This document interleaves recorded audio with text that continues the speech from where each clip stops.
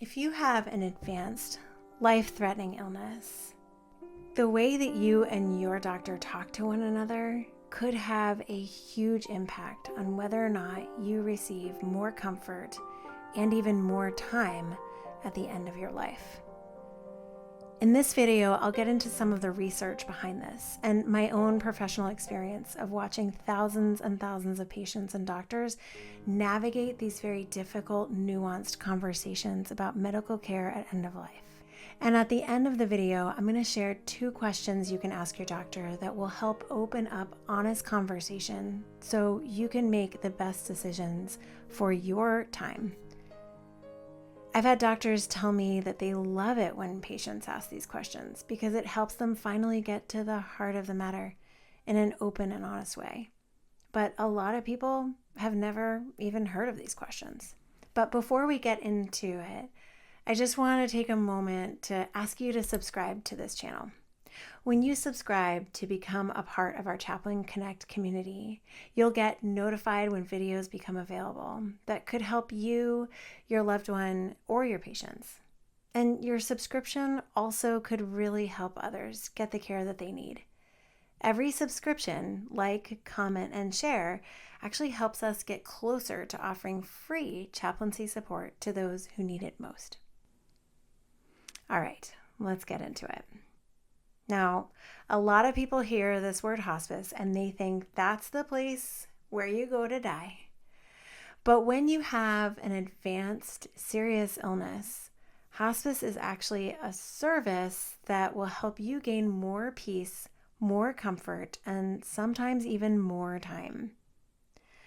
I have a video on hospice linked in the description below, but for now, I'm going to give you a quick overview of what hospice is and how it can be helpful. So, hospice isn't really a place where you go to die. It's a service that is actually most often offered in your home if that's where you would prefer to be. When you enroll in hospice, you gain access to this entire incredible team of experts who are there to care for you and your family. Hospice teams include nurses and doctors, social workers, chaplains, and so many other professionals who are there to help you have more time at home, more quality time with your loved ones, and more comfort. Some patients and families have even talked about the hospice team as angels in their home.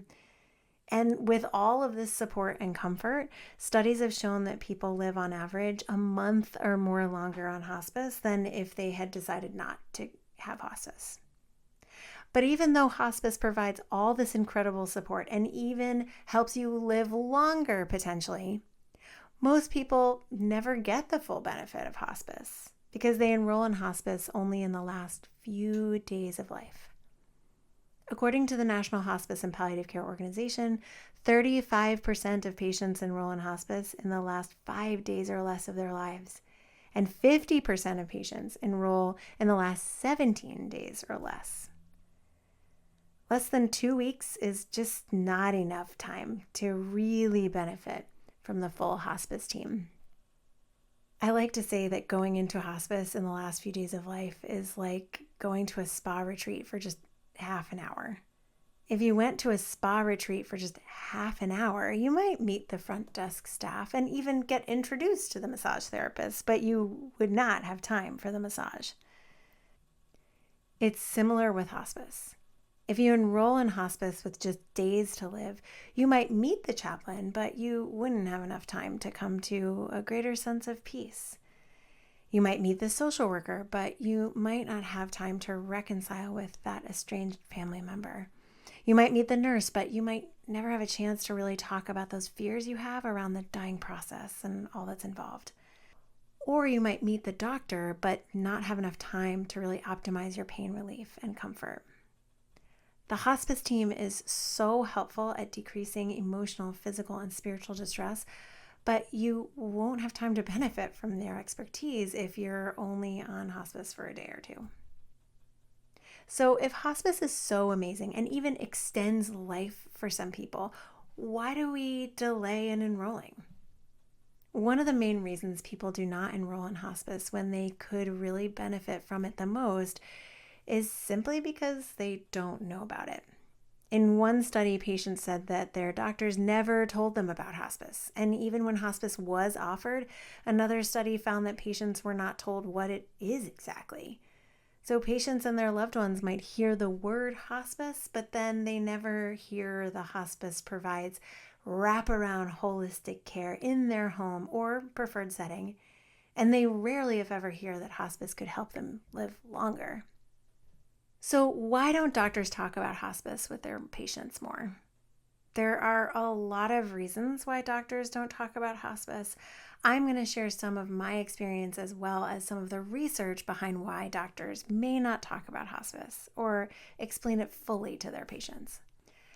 Doctors may not be talking with their patients about hospice until it is really too late because many doctors tend to think you have longer to live than you actually do. A well-known article published in the British Medical Journal in the year 2000 surveyed doctors whose patients had just enrolled in hospice and asked them how long they thought their patients would live. Doctors overestimated their patients' length of life by a factor of 5.3. That means that when the doctor said that their patient would live 5 months, the patient only lived 1 month.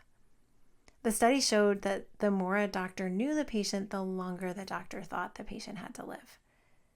And I have to say that this makes complete sense to me. The more visits a doctor has with a patient, the more the doctor gets to know that patient. The doctor likely has met a family member or two, wished them happy holidays, and heard about major life events like weddings or graduations. They may have heard the hopes and dreams that a patient has for when they're cured, the jobs they do, and the people that they care for, like young children or an elderly parent. The deeper our connection with anyone, the harder it is to think about them leaving us. And when you are the one person in someone's life who might have a treatment that might give that person more time, I would say it's almost next to impossible not to offer it.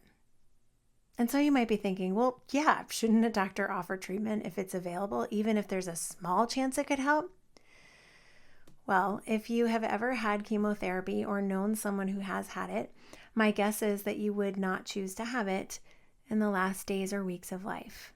But one study published in the Journal of Clinical Oncology found that about 11% of patients receive chemotherapy in the last 14 days of life. We know that chemotherapy can include side effects like nausea, vomiting, chills, fever, pain, decreased appetite, skin sores, rashes, just to name a few. Aggressive treatments like chemotherapy, hospitalizations, ICU stays, breathing machines, feeding tubes, and drains, these all have really harsh side effects and are really hard on the body. I'll never forget the patients that I've known who have received chemotherapy in the last 2 weeks of life. They each agonized over the decision, but after their first treatment, they were experiencing so many horrible side effects. They got rushed to the emergency room, and often they died within days of their last treatment in a great deal of pain and suffering. It is heartbreaking to see people be put through so much when we know that hospice can offer such comfort. I've had more than one patient say to me, if I had known how bad this treatment would be, I never would have gotten it. But the longer a doctor knows a patient, the harder it is to withhold these potential treatments, even when we think that it is far more likely to end the patient's life than lengthen it. Because even if there's a 2% or 1% or 0.05% chance that this patient might do better with the treatment, many doctors cannot help but offer it, especially when their patients are asking and even begging for more treatment. I've heard many doctors say that they don't want to bring up hospice because they don't want to take away their patients' hope. There have been articles, books, podcasts, webinars, even courses and workshops that teach doctors how to deliver honest information about how long a patient may have to live while also maintaining a patient's hope. I can tell you that doctors do not like to take away your hope. They especially do not want to take away your hope if they know you well. You're a particularly hopeful person. You've beat the odds before, or you ask for more treatment. And most of the time, patients do not want to give up hoping either. Patients and their loved ones will say things like, "There's got to be something more that you can do for me. There's got to be one more treatment." You don't want to give up hoping. Your doctor doesn't want to give up hoping that one more treatment could just be the thing that could give you more time or help you find a cure. It's a complicated dance that often leaves patients completely unaware of how long they may have left and what options are available to them. And when you as the patient are left in the dark like this, you don't get to choose how you would want to spend the time that you have left. If you don't know that you're dying, how can you possibly make decisions about how you want to spend that time? How can you possibly make decisions about what kind of care you'd like at the end of your life? Imagine it. If your doctor thought you only had 6 months left to live, and your doctor does not tell you this because they don't want to take away your hope, then you make decisions about your time, your health care that you might not make if you knew your time was short. If you don't know that your time is short, you might go for that chemo treatment, even though the fatigue and the nausea will ruin your birthday. You might be thinking, well, it's okay if this birthday is ruined by chemo because it will help me make it to the next birthday. Meanwhile, your doctor may be thinking, well, I'll give him this chemo even though I think this might ruin his last birthday because it seems like he wants to do everything and I don't want to take away his hope. Or you might be opting for a really harsh treatment and skipping a summer vacation trip with your family because you think, well, if I take this harsh treatment, then it'll help me get to next summer and our next family vacation. Meanwhile, your doctor may be thinking, I really think this might be the last chance this person gets to go away with their family members, but I don't want to take away their hope. If you don't know, but your doctor does know, doesn't want to take away hope, or is thinking that you have more time than you do have, how can you ever have honest conversations with your doctor? How can you move from being in the dark to getting more real, open, and honest communication from your doctor? There are 2 questions that you can ask that will help your doctor pause and be more real with you about what they think might be happening. The first question you can actually use for any medical decision. This question is one that many doctors love because it allows them to speak more honestly. And that question is, if I were your loved one, what would you recommend? You can make it even more pointed by making it a little bit more personal. So if you're a young man and your doctor is a 60-year-old woman, you could say, if I were your son, what would you recommend? You will get a really honest answer when you ask this question.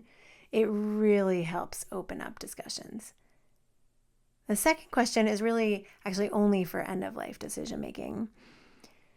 So if you have a very serious advanced illness and you want to know if your time is short, this question is really effective and it has been recently studied. And that question is, would you be surprised if I were to die within the next 6 months? Now, I know that this is a really hard question to ask, but it can help your doctor pause and stop thinking about all of the next treatments that may have a 0.05% chance of helping you, and instead think honestly about your prognosis.